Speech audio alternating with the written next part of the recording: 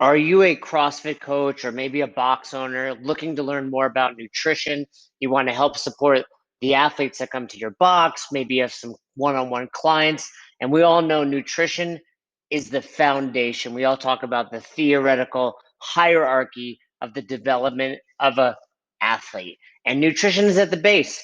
It's like building a house. You can't build the attic first. You can't worry about performance in sport without working on the foundation. And that's what nutrition is. So maybe you're a coach, maybe you're a box owner, maybe you're just an athlete looking to potentially earn a little more income, develop a new income stream as a nutrition coach. Well, you could check out the Own Your Eating certificate course. We review fundamental nutrition principles as well as teaching you how to implement flexible eating, that's macro counting, and assist others with their tracking of macros. The cool thing about it is you're going to learn so much for yourself. Even if you didn't want to coach anyone else, but you simply wanted to learn more about tracking macros, you will get so much out of this course. It'll be the last thing you ever have to read, study, purchase because you're going to get so much information, as well as sharing nutrition experience with you. Own Your Eating will also teach you how to coach others so that you can really make a difference with the people in your community and your lives. Maybe you need to finally get your mom to track macros. Maybe it's your best friend. Maybe you put on the quarantine 15 and you're looking to just lose a few lbs, a few pounds yourself. This will teach you all of that. And the cool thing about macros, the cool thing about the way in which we at Own Your Eating teach you is it's really sustainable. The business setup and marketing strategies are also included. So if you do really want to make this a side deal or a side hustle, you'll have all the tools you'll ever need to do. And in addition to that, if you're a level 3 CrossFit coach, you can earn CEUs to help you revalidate. And we also give CEUs for NASM as well as AFA. So you can check that out. For me, every few years, I need to re-up my L4, no big deal, L4 coach, but this will help you do it. So if you're interested in learning more about the Own Your Eating certificate course, you can go to courses.ownyoureating.com. Or if you just go to ownyoureating.com, right up in the header there, it says Become a Coach. You can click on that. And with the code BEST HOUR, that's BESTHOUR, BEST HOUR, you'll get 15% off. Go check it out now.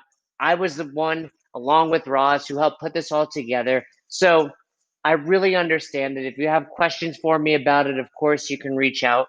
But I really believe in it. I've put hundreds of people through this course.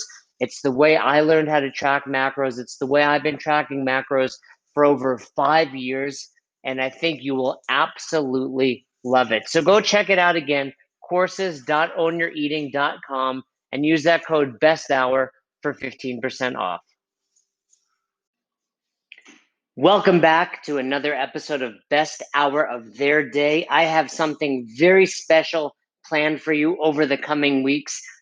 I'm sure you're aware, but I wrote a book, no big deal, called Best Hour of Their Day. Maybe you've read it, maybe you've heard of it, maybe you're going to order it. It's available on Amazon as well as my own personal website, thejasonackerman.com, and the Best Hour of Their Day website as well. But after writing the book, I thought, how cool would it be to have an audiobook as well? So that's what we did. We now have an audio version of Best Hour of Their Day, and it's available on audible.com. I'll put the links on where to order the paperback, where to order the ebook, and of course, where to order the audiobook. But I decided to do something special when recorded the audiobook. I decided to take a deeper dive into each chapter. So if you read the book, there's 30 chapters, and in each one of those chapters, I provide a story, a true story from my ownership of 3 affiliates, from my time on the seminar staff, from my time judging the CrossFit Games, and from my time running the regionals in the Northeast. And I took a deeper dive into each chapter. I was interviewed, and in those chapters, we go further along into more stories, more lessons, and of course, if you're listening, more advice. Nothing I did came without tons and tons of failure.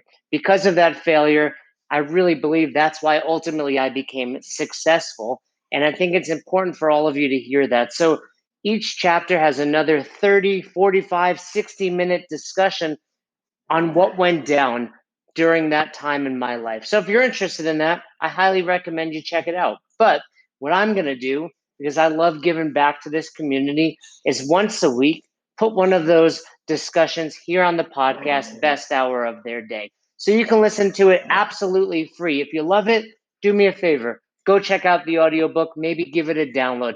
If you don't like it, just listen to it and move on. And you can also, of course, always leave us a review over at Apple Podcasts. That really helps when you leave us a 5-star glowing review about this podcast. Of course, if you have questions for me about the book, if you have questions for me about box ownership, if you have questions for me about anything in life, I'll do my best to answer them. You can email me directly, besthouroftheirday@gmail.com. But I really hope you enjoy it. I was interviewed by James McDermott, a former coach of mine, longtime friend now, and it really was a interesting, fascinating, and really humbling experience to go back and look at all these chapters and look at all these stories. I hope you enjoy. Without further ado, here you go, the next chapter of Best Hour of Their Day. All right, Jay, today we're talking about Chapter 5, Simple, Complex, Simple. Reminds me of that famous quote from The Office, keep it simple, stupid. It hurts my feelings every time. There's countless Office quotes we could have used in every chapter of the book. I really, in retrospect, I was the Michael Scott of All Many CrossFit. You were. That also reminds me of that episode, one of my favorite episodes, where Stanley had his heart attack during the fire safety. Yeah. And then they brought in the mannequins and the CPR instructor, and they had a little stress thing that he wore. And whenever he got close to one of them, the little stress beeper went off. Just his presence, being physically closer to them, stressed them out. And I can say there were probably definitely times at Albany CrossFit where, there's maybe a day where you didn't come in and everyone was really chilled and like a little more less on the edge that day. That's not a good thing, but yeah. Yes, I think anytime the boss takes a day off, the employees are like, all right, there's a little less concern today. Yeah, I think it's a normal thing. It's a normal reaction. It's definitely a normal phenomenon to be stressed out a little bit by your boss when they're around, especially, if things are going on in the office or at the gym. So let's dive right into this. Right off the bat, very first sentence you open up with in this chapter, the best athletes in the world make the worst coaches. And you went on to explain a little bit more about that, and we'll get into Matt. But I just want to dive in deeper into just that one sentence there. First, have you met some really, really good athletes that are also good coaches naturally? And who are they? Yeah, I mean, that statement's a bit black and white, but yeah, I have met many good athletes. So off the top of my head, you have the Austin Malleolos, James Hobarts, Connor Murphys, Spencer Hendels, all these people that have been to the CrossFit Games as athletes, but are also phenomenal coaches, part of the CrossFit seminar staff. And there's way more. I'm skipping quite a few. I didn't name any women, but I'm sure there are, plenty out there. And I guess maybe what I could have said better is the worst athletes make the best coaches. So it's not so much that being a bad athlete means you're going to be a terrible coach, but if you're a bad athlete and you enjoy coaching, I think you'll be a little bit better at it. And we'll talk about it, I'm sure, but it's really, you have to struggle through it and you understand that struggle. And that's really what this chapter was all about. Kind of makes you wonder with some of those athletes that you just mentioned, like let's say Austin, which came first, the chicken or the egg? Were you a good athlete and then you developed into also a good coach without having maybe to go through all of the struggles, let's say, that you did on not having some natural CrossFit ability? Or were you someone who had to struggle a little bit and you just turned into a good athlete, but you also at the same time became a good coach? Yeah, I think Austin's a great example if you want to talk about him. I don't think he's naturally super athletic, and I think he would admit that. I mean, all you have to do is watch him dance to realize he's not very coordinated.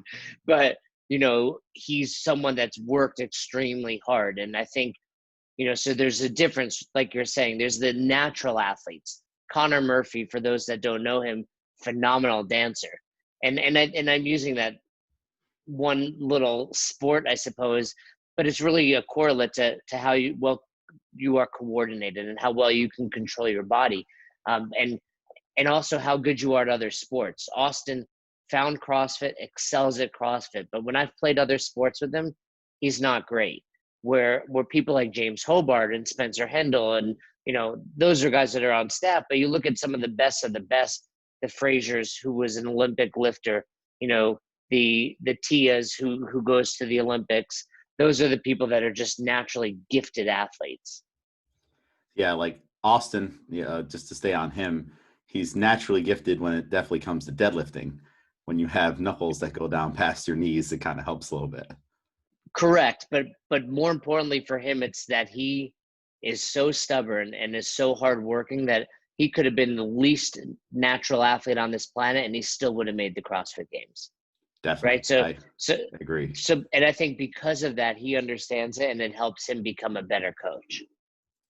Now, people who are better athletes and have a certain look about them, let's say your top tier CrossFit Games athletes, I feel like, and maybe you disagree, them walking into a gym to do a seminar or to coach or something like that, they just have a natural automatic buy-in from athletes because everyone wants to be like them. So just because of their ability and maybe a little bit of the way they look, they have that immediate buy-in, but they may not be capable of actually coaching and getting someone from point A to point B, at least not without a whole lot of maybe headbutting along the way.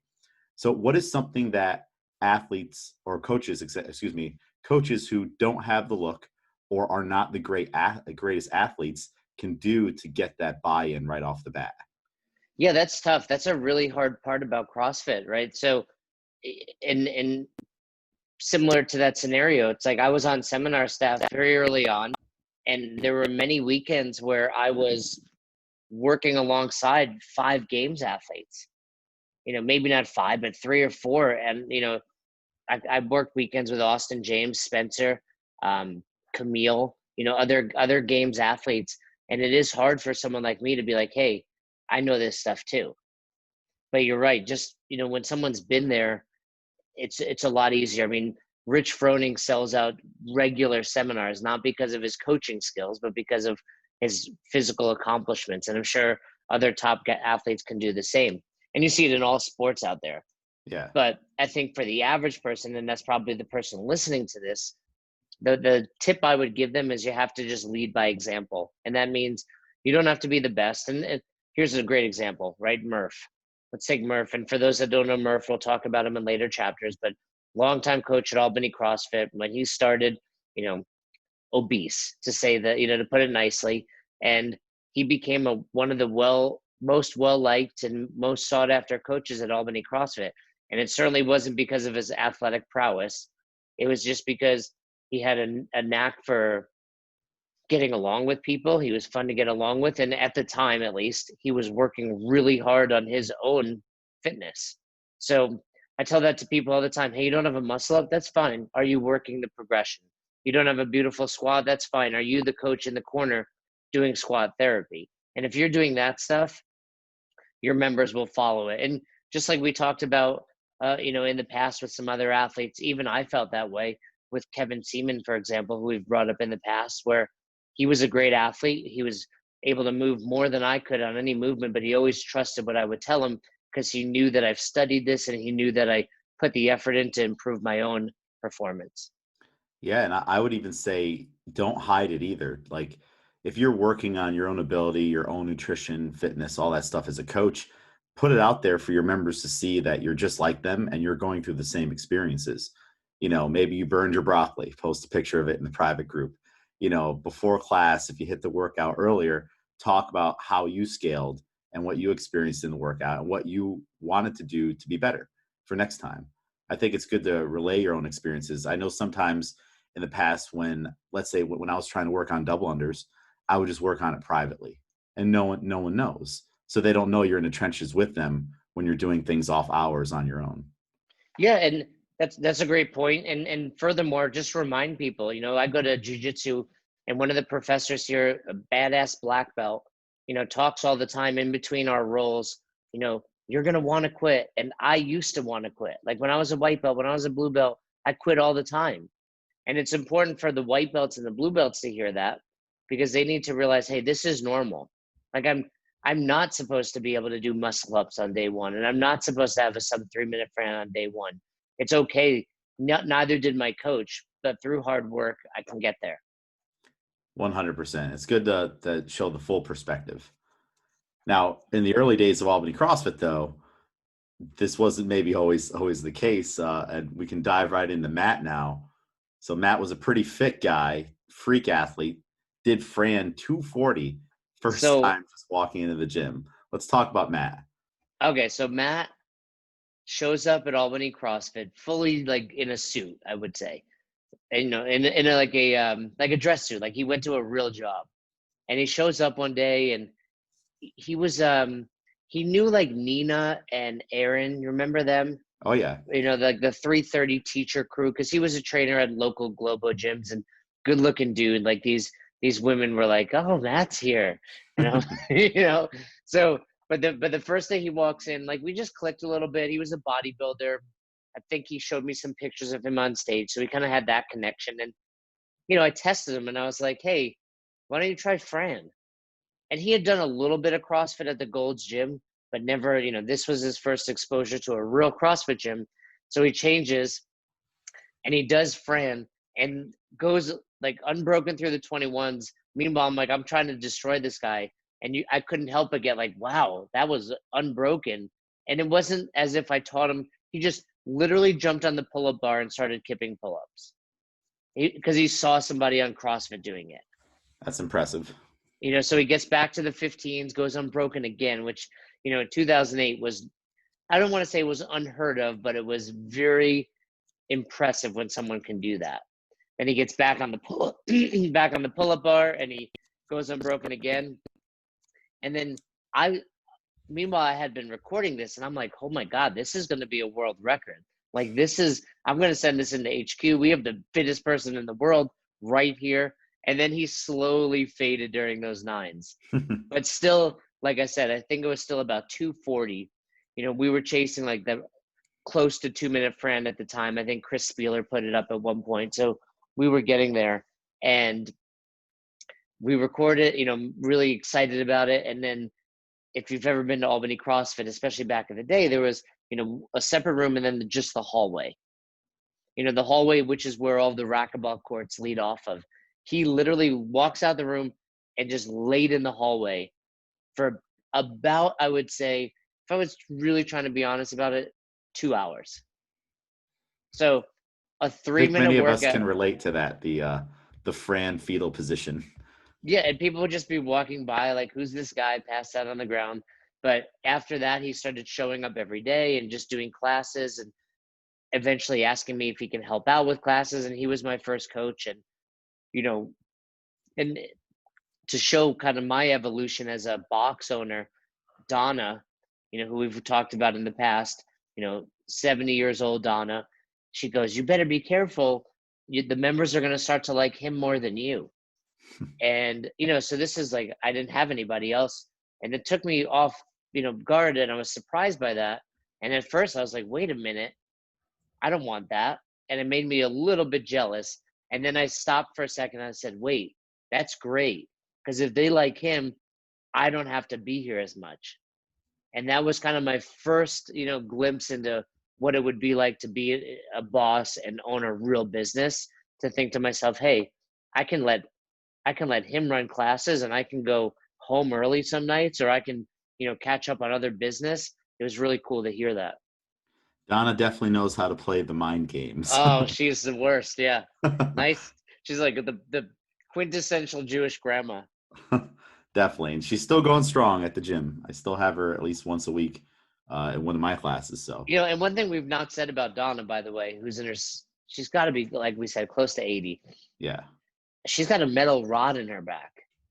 Yeah, she does. She has a 12-inch metal rod in her back, so it really inhibits her ability to flex or extend. Yet she's still been doing I remember the first time she deadlifted 155 pounds. I think it's on video again. We always refer to, go to the Albany CrossFit YouTube, but it's on there, and it's like pretty impressive. Yeah, she's done all kinds of things like holding a ring support unassisted for like 15 seconds, which is hard for many people, let alone being in your 70s. So she's super strong, and it's just because she's kept up with it throughout the years. And it's no surprise that every time I go on social media, she's like traveling to Iceland and doing all these things. And it's like, most 70-year-olds couldn't. Here's the one thing that she doesn't do well.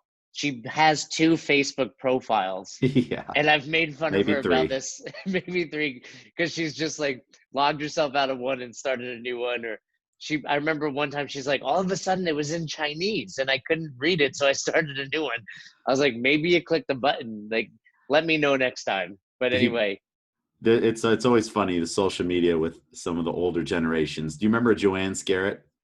oh, yeah. Yeah. Oh, She yeah, she Joanne. had she had and she I think she has a social media account for every device she has. So like on her phone, she's got a Facebook.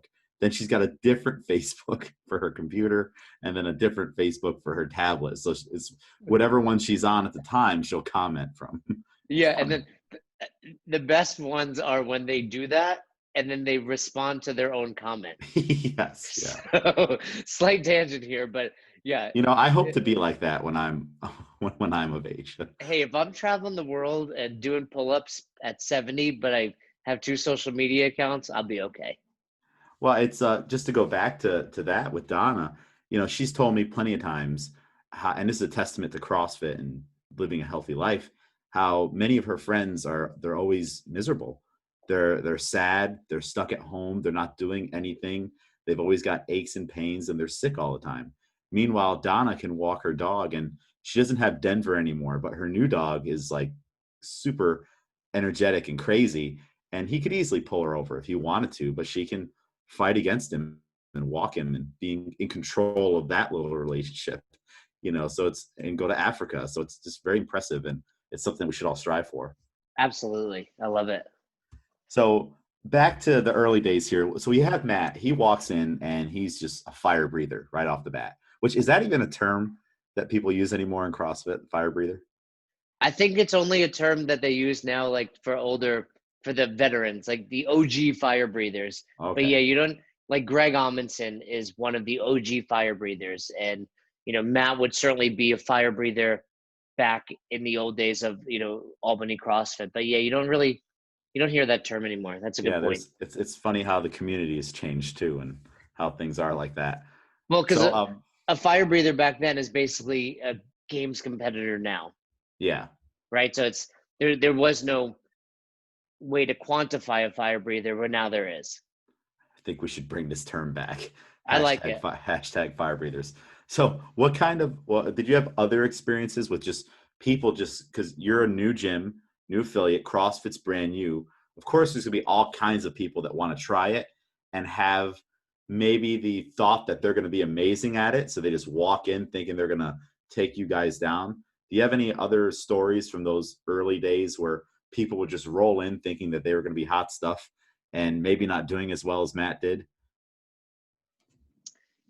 Yeah, there's plenty of stories of people coming in, especially a few years later, where they're like, "I want to go to the CrossFit Games," and especially once we got like you and me and Caleb and Kevin around, we would typically be sitting in the upstairs area, that lounge area, having some sort of meeting, and somebody would be like, "Hey, I remember one guy comes in. I don't this he didn't last, but he was like, "Hey, I want to go to the International CrossFit Games," and Kevin and Caleb and I remember kind of looking at each other like, all right, let's go. So we go downstairs and just demolish the kid, and never heard back from him.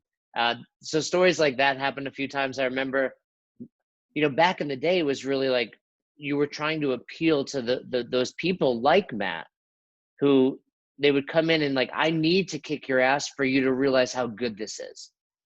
Yeah.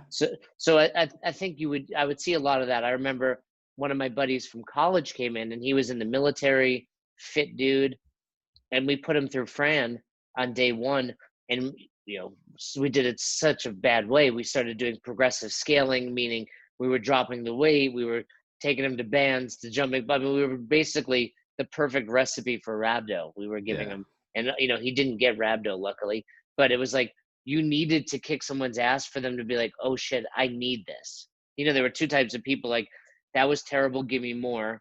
That was terrible, I never want to come back here again.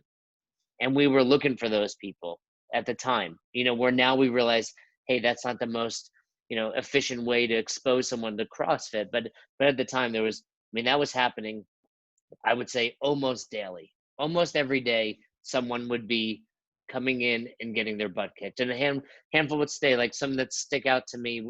Fred Goki was a good example of someone that, stuck around for an extended period of time after he was a firefighter. There's a great video of him doing Fran on air. And we, kicked his ass on day one. Another one that sticks out. Remember Dr. Josh? I don't know if you were around with Dr. Josh. No, I don't know him. So at one point we had like all these residents from Albany Med, and Dr. Josh, if you read the book about Murph, Lone Survivor, he was actually one of the people that went in to help rescue those guys. But I remember he's one of those people, like I talked about Ben the other day, who I remember my first meeting with him. Like, he walked in my height, skinny. He has cauliflower ears from being a wrestler, and I was like, oh, this dude's gonna be great. And him and then his eventual wife joined, but he was the kind of guy that needed that push. And he was he's a phenomenal dude. I luckily get to run into him almost every year at the CrossFit Games and see him and his wife Angie and their kids. But yeah, so a lot of people had that. Most actually wound up sticking around. So there was probably a little bit of understanding how hard to push them. But I think the people that were finding CrossFit, it was like a fringe gym. People that were bored of the Globo gyms, people that wanted to remind themselves of what it was like to train at high school, college level. And now was that the typical go-to? Someone would walk in and be like, okay, you're going to do Fran? Because I remember back in the day, the story was, that Glassman would put people through Fran. And at the level one, when I took my level one, we did Fran. I know it's different now. So there's plenty of people doing CrossFit for the first time at their level ones doing Fran. And even at Albany CrossFit in our on-ramp, we still have people do Fran on day one. Now, of course, they don't do full Fran. They don't even really do it with a barbell. It's dumbbell Fran with ring rows, and it might even be 12-9-6 for most people, that's enough, even if it's 2 12-pound or 10-pound dumbbells and ring rows, 12-9-6, everyone is like, oh, that's CrossFit. That feels like nothing else. What was that the typical go-to?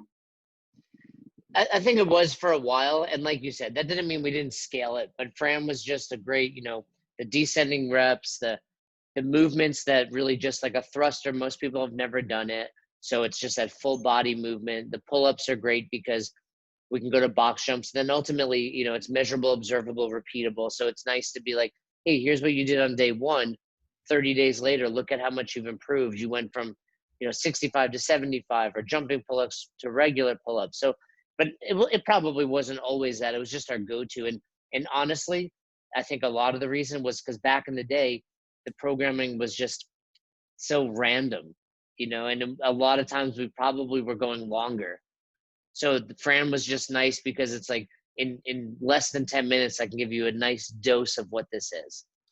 Yeah, I do remember a lot of 5Ks and a lot of Cindy's and other longer workouts in those early days, which you can just go right back through all the way to the beginning on .com's blog and see all those workouts. They seem to repeat workouts more often than they do now as well. Yeah, I think, like everything, it's evolved, and even .com has gotten better at programming, as have all of us. Now, Matt does Fran.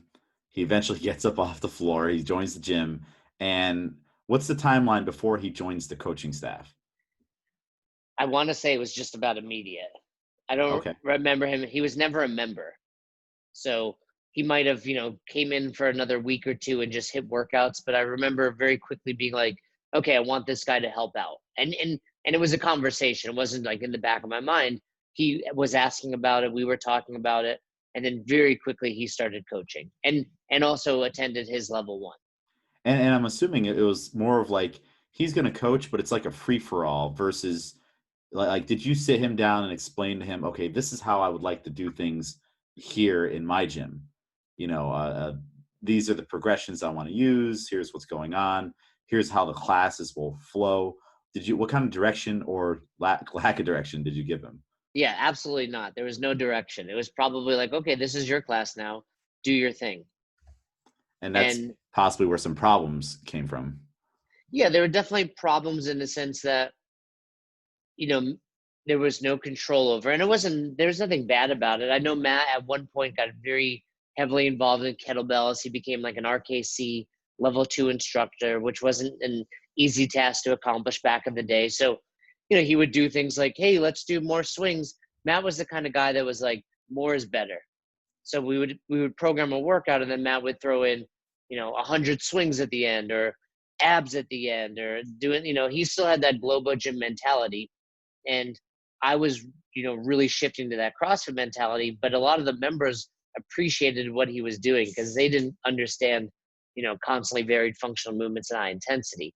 So there was none of that. And it definitely caused a little bit of a divide between us and rift, which could have been avoided had I just known better. But I didn't know better at the time. I was like, what am I supposed to do? This is him. He coaches here.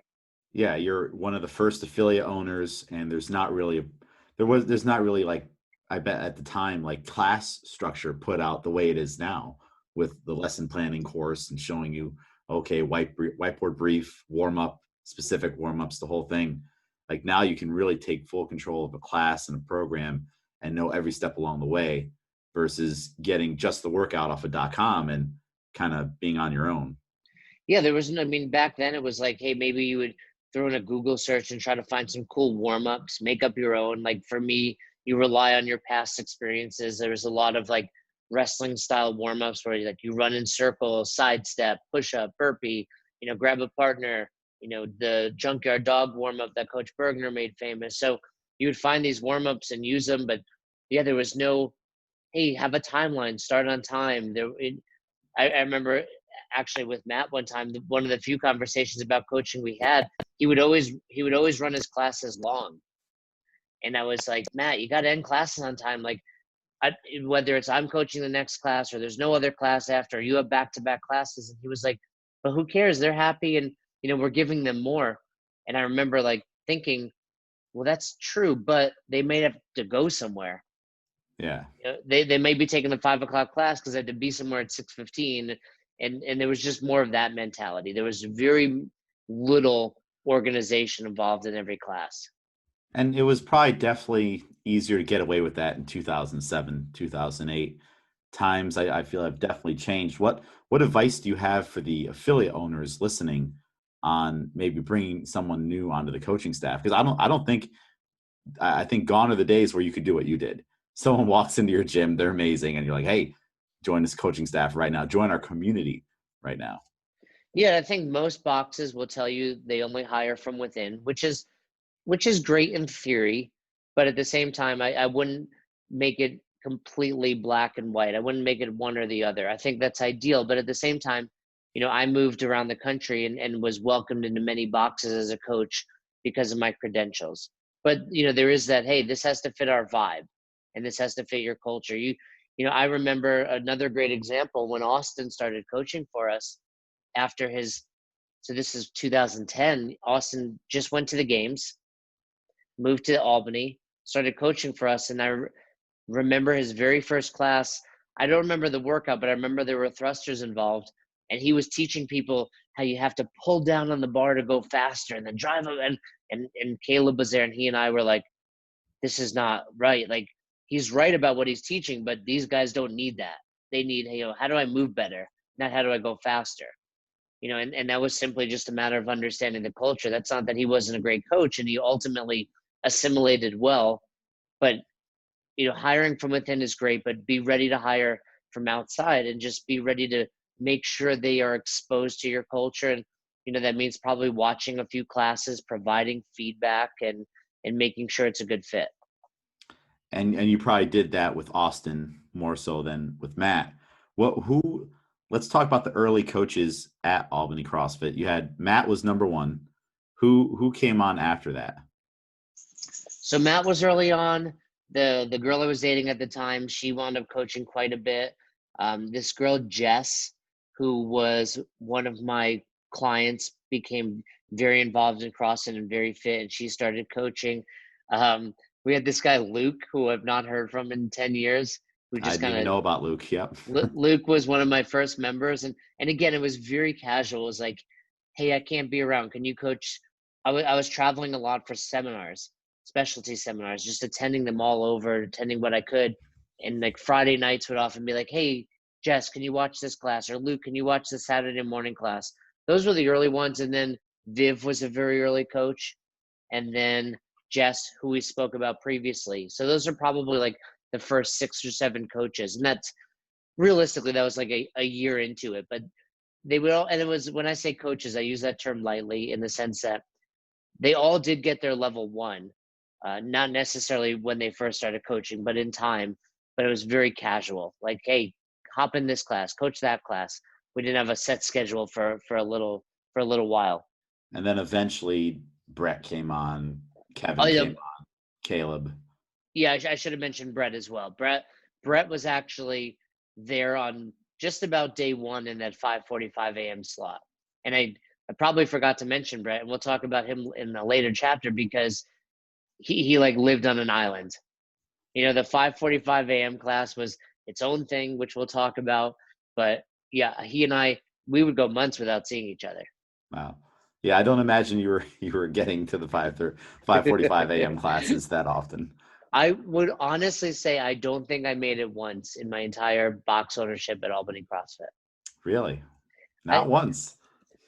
I'm not bragging about it. I don't think that's a good thing, but I think that very well may be true. Very possible.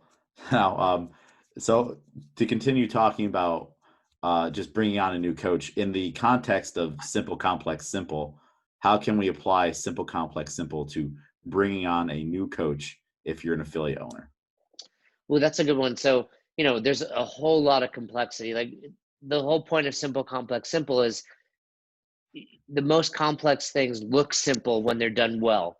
And in order to do them well, so let's take coaching, there's a whole lot of complexity to get there. So we refer to it as the near side of complexity and the far side of complexity. So the far side of complexity is like a level 4 coach leading a 20-person class through a workout, and it just looks easy. But they battled through all that complexity. They learned, they studied, they've coached thousands upon thousands of hours. So to the layperson, they're like, that looks easy. And I think that's why, same thing with the CrossFit Games. Hey, that looks easy. They're just moving weight and running. I can do that. Where there's a whole lot of complexity involved in getting there. So same holds true with starting a coaching staff. It might appear easy to look at someone like, Ben Bergeron, who might have 20 great coaches on his staff, but there was probably, like I had, a lot of headaches and a lot of headbutting and a lot of mistakes that he made to get there. So in order to avoid that, you just have to do some of the things right from the get-go, which is explain the culture, make sure you're giving specific instructions. I think that's one of the biggest things. I would probably have an employee contract where it's like, hey, you show up 15 minutes after class. I'm sorry, 15 minutes before class, and you check in with everybody. You stay for 15 minutes after class and you check in with them again. So just making sure that they know exactly what their expectations are. That's how you make it look easy. Perfect. I know, like from a coaching standpoint, sometimes, like people will think that it's easy what we're doing, looking in or just being in class until maybe you challenge them. Okay, well, do the whiteboard brief. Tell tell your class what we're doing today, and then they stumble and fall. I remember during our internship course when we practiced briefing at the whiteboard, and I put them all in front of the TV with Wodify. They're like, this is way harder than I thought it would be. What do I do? What do I do with my hands? Yeah, you're just standing there like, right. And that's a great example. Like if you're a good coach and you provide an excellent whiteboard brief, it's something you take for granted. You're on the far side of complexity. You've battled through it. You've done those ones where you stutter. You've done those ones where you weren't sure what the intended stimulus was. You've done those ones where Marie asked you for the 100th time what a thruster is, right? So yeah, and then you throw somebody up there and you're like, wow, I forget how hard this was. Yeah. And Now, that's really, okay, continue. well, that's really what the chapter was all about, right? So I'm sure you're going to ask me about it, but Matt And your first question about being a bad athlete and a good coach is, yeah, we've battled through all of that, where the best athletes in the world don't necessarily ever have to do that battle with the complexity. Now, with that, the muscle up situation. So Yeah. well, one, you bought. I thought it was hilarious. You bought rings and you thought that they were defective. Oh Do my, you think they were defective because you couldn't do the muscle up? You're like, oh, this doesn't work. Why aren't I getting up there? I saw Bill Henniger this past year at the CrossFit Games, the founder of Rogue, and he came up to me. He goes, "Did you used to be Body by Jay?" And I said, "Yeah, why?" He's like, "You were our second customer." Wow, He's like, "I remember that email, and you bought a set of rings, and it was those rings." that's impressive. Yeah. So all that. You were his second customer and you were almost his first return.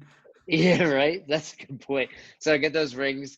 They were the old school straps, not the nice ones with carabiners now. Put them on a cage up in the top area of the core club where, the Nautilus room. And I'm just like flailing around. People are looking at me. And I was like, I thought this was going to be easy. You just watch the Nasty Girls video with Nicole and Annie and Eva doing muscle ups, and I couldn't do them. I take them down, and days and weeks passed, and I finally got my first muscle up. And this was before opening the gym downstairs. So then I opened the gym downstairs, and it's a racquetball court. I'm like, where am I going to hang these rings? And in my mind, it's like they need to be high enough so people can hang and do a muscle up. And I actually hired a welder. I don't know who he was now. I don't remember how I found him. And he welded me basically a single station pull-up bar that was really high. So, you can hang the rings from. So we had one station for muscle ups. And the funny part of this is, so he builds this major contraption and we couldn't get it into the racquetball court because it was too big. So, because the doors, if you've ever been in a racquetball court, the doors are very small and we couldn't get it into the door. So he actually took it home and then cut a piece of it. He cut it and then had to re-weld it back together inside the racquetball court. Was this the same person that built those prowlers? No, that was Bo who built the prowlers. I knew him. This was just some guy I found online to Okay. build this thing. And again, it was like we had one set for muscle ups. And And now, continue. I'd get my muscle ups in the upstairs room, feeling proud of myself, get this contraption built, and I'm like, all right, the cool thing at the time was to do 30 muscle ups, to film it, send it into CrossFit. I was never quite good enough to get featured, but you're always like, okay, I can do it. So I'm like, all right, I'm going to do one at a time. This guy, Rob Miller, had recently done it, and he did one every 15 seconds. And I'm like, okay, I can do that. So I get up, do my first muscle up, come down, and I'm like, that felt good. Didn't let go of the rings, right into a second muscle up. So the first time I've ever done two consecutive, like I'm sure I did lock out my elbows, but I do two consecutive muscle ups, hop down, shake it out. And I'm like, okay, now I'm at two. And then I go for my third and I just couldn't get one. I was done. I tried over and over and I just two reps consecutively wore me out and I stopped filming. It's actually in the original Albany CrossFit commercial that I made with the Rocky soundtrack. Those two muscle ups are actually in there with a little bit of you know sped up a little bit. But after that, I eventually was able to achieve 30 muscle ups, but it wasn't as fast as some of those best guys could do. You should have sent in a video of your 30 muscle up attempts. That's what it just to became. just to show the heart of going I was after it. so mad. I was like, I really thought I was going to be able to do it, and then it's like that was a mistake. Doing two in a row at the time. Yeah. Now people do 30 unbroken. The times have changed, and at your level one, you mentioned in this chapter that Pat Sherwood taught the muscle up, and I'm just interested. You might not remember how did they teach the muscle up at your level one? Like I know how they do it now. There's a whole progression and everything, but it seems like that would have been a hard thing or an awkward thing in the early days where people are still trying to get pull-ups and being exposed to dips on the rings. Yeah, I don't remember exactly how they did it. The only thing I remember is there wasn't like this organized muscle up group like there is today. And I don't remember this lowering progression. I kind of just remember, all right, your turn. hop up, and like, I vaguely remember them being like, all right, who has pull-ups, go over here. Who has no pull-ups, go over here. So, I felt cool. I was like, yeah, I've done a muscle up, so you go over to those rings, but you're still nervous. I didn't have them. Like, I wasn't confident that I had them. And I had sunglasses on my head because I had long hair and was keeping my hair back. And I go and do this muscle with this ginormous kip because I'm like, I got to get over these rings. And my sunglasses, as I kipped, flew right onto my face and like landed in the perfect position. And Pat Sherwood was like, cool guy doing muscle ups. I remember that. So that was my muscle up story. And I felt really, out of probably 60 or more people there, I was one of the 5 that could do muscle ups. And I remember in probably one of the last years that you were at Albany CrossFit when you were trying to get on staff for the gymnastics course and you were working on your strict muscle ups.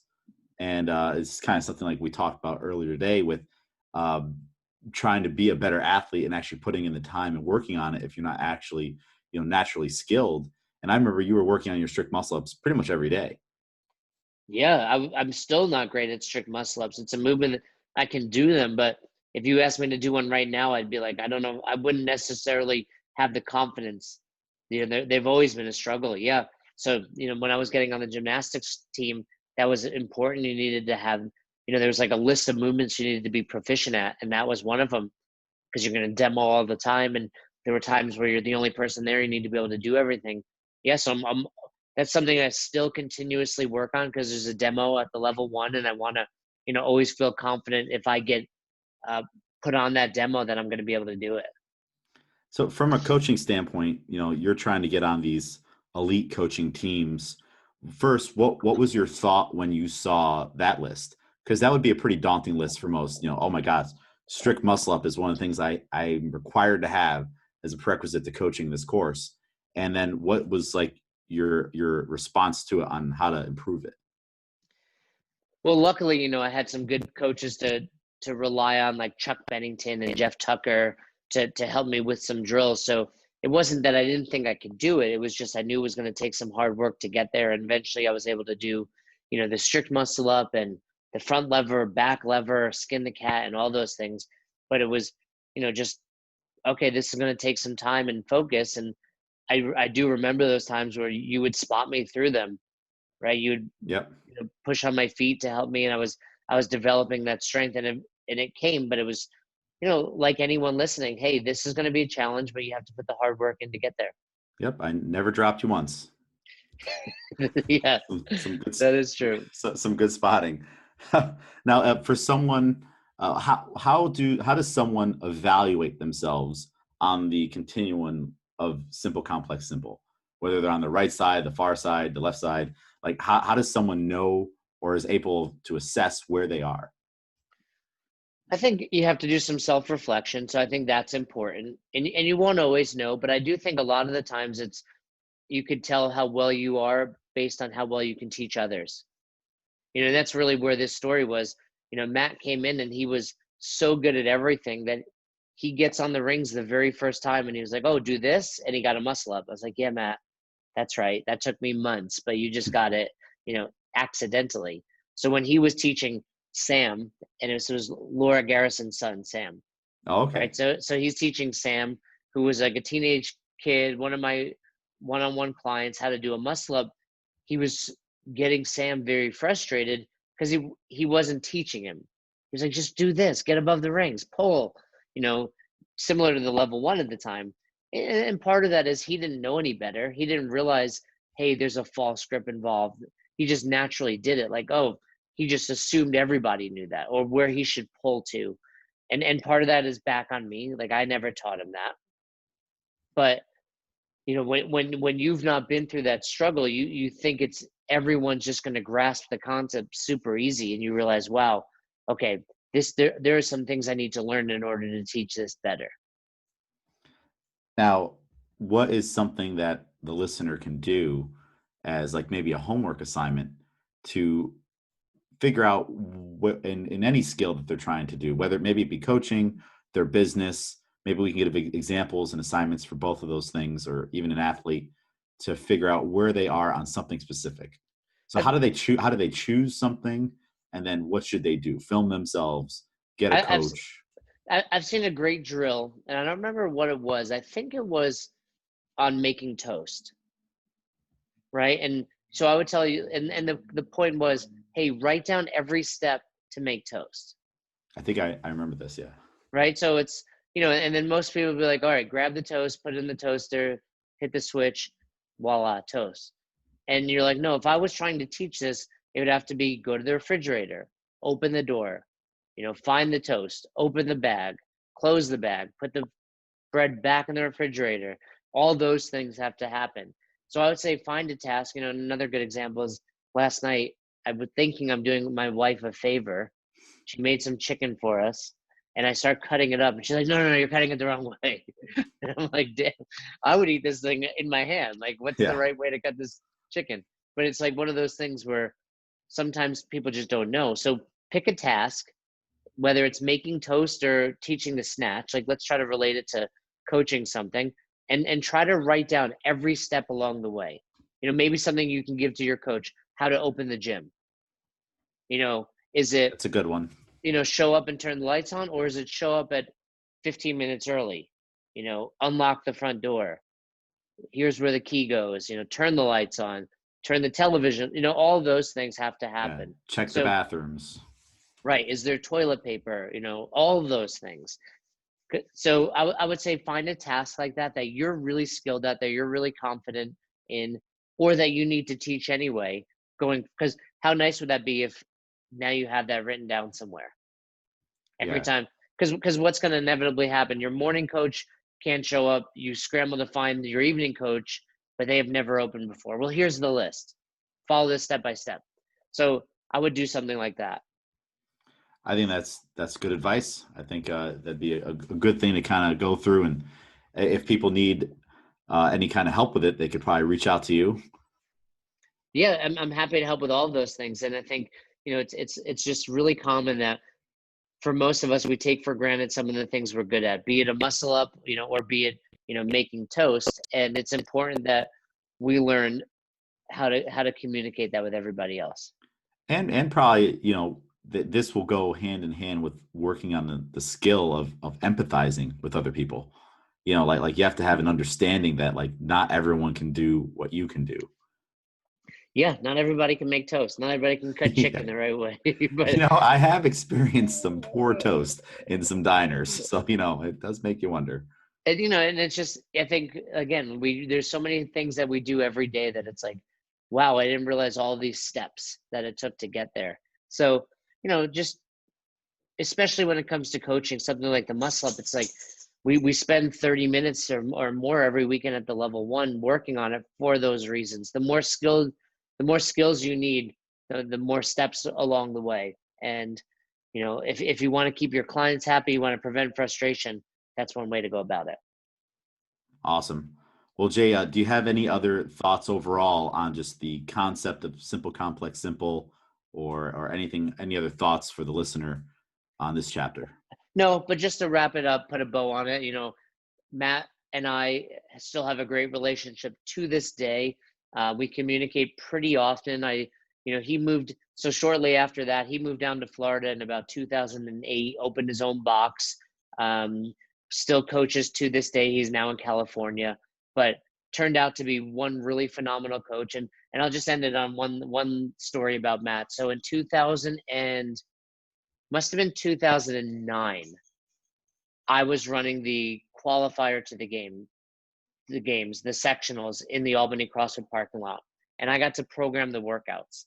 And Matt was, really making an effort to qualify. That wasn't quite what it is today.